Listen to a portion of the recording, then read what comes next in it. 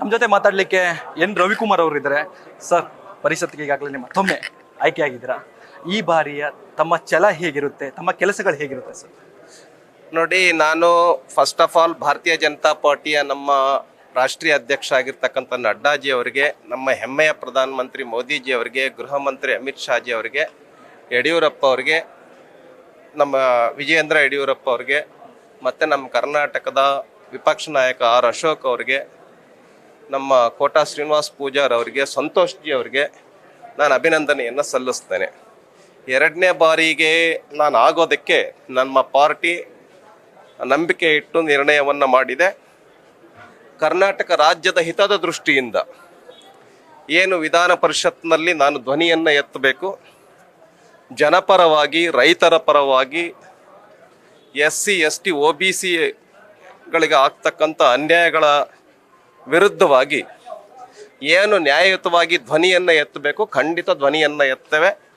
ಕರ್ನಾಟಕ ರಾಜ್ಯದಲ್ಲಿ ವಿಪಕ್ಷವಾಗಿ ಒಂದು ಅತ್ಯಂತ ಮಹತ್ವದ ಸ್ಥಾನವನ್ನು ನಾವು ನಿರ್ವಹಿಸ್ತೇವೆ.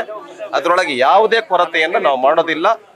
ಭಾರತೀಯ ಜನತಾ ಪಾರ್ಟಿ ವಿಪಕ್ಷ ಕರ್ನಾಟಕ ರಾಜ್ಯದಲ್ಲಿ ಒಂದು ಪ್ರಮುಖ ಸ್ಥಾನವನ್ನು ಮಾಡಿತು ಅನ್ನುವಂಥದ್ದನ್ನು ನಾವು ಸಾಬೀತು ಮಾಡ್ತೇವೆ. ಸರ್, ಸಾಕಷ್ಟು ಆಕಾಂಕ್ಷಿಗಳಿದ್ರು, ತಮಗೆ ಗೊತ್ತಿದೆ. ಮಾಧುಸ್ವಾಮಿ ಅವರು ಇರ್ಬೋದು, ಸುಮಲತಾ ಅವರು ಇರ್ಬೋದು, ಸಾಕಷ್ಟು ಆಕಾಂಕ್ಷಿಗಳಿದ್ರೆ.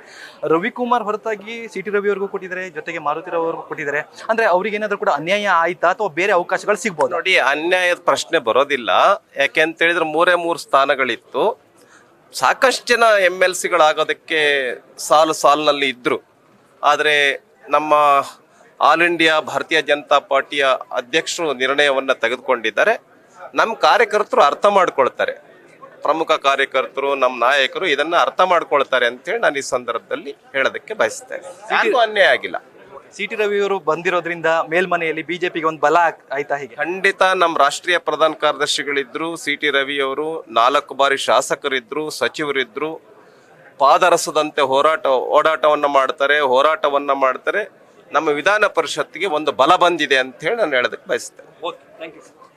ಇವಿಷ್ಟು ಎನ್ ರವಿಕುಮಾರ್ ಅವರ ಮಾತಾಗಿತ್ತು. ಕ್ಯಾಮರಾಮನ್ ಪವನ್ ಜೊತೆ Ganapati, news first Bengaluru. News first, ನಿರ್ಭೀತಿಯಿಂದ ನಿಮ್ಮ ಪರವಾಗಿ.